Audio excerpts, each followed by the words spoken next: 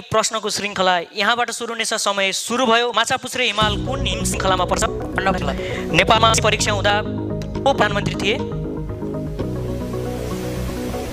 विक्रम सम्वत 1990 मा एसएलसी सुरु हुँदा प्रधानमन्त्री को थिए?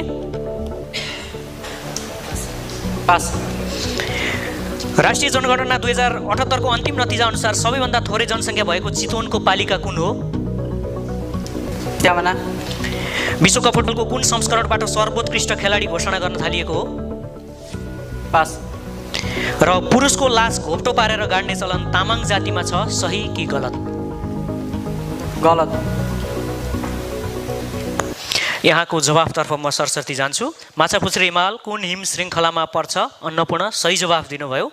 नेपालमा एसएलसी परीक्षा सुरु हुँदा को प्रधानमन्त्री थिए? यहाँले पास गर्नुभयो, जुद्ध शमशेर। राष्ट्रिय जनगणना 2078 को अन्तिम नतिजा अनुसार सबैभन्दा थोरै जनसङ्ख्या भएको चितवनको पालिका इच्छाकामना नै हो, सही जवाफ दिनुभएको छ। विश्वकप फुटबलको कुन संस्करणबाट सर्वोत्कृष्ट खेलाडी घोषणा गर्न थालियो? पास गर्नुभयो। यो 5औं संस्करण 1954 मा भएको थियो, यहाँले पास गर्नुभएको यो। पुरुषको लास घोप्टो पारेर गाड्ने चलन तामाङ जातिमा छ, सही कि गलत भन्नेमा यहाँले गलत भन्नुभयो, सही जवाफ भयो।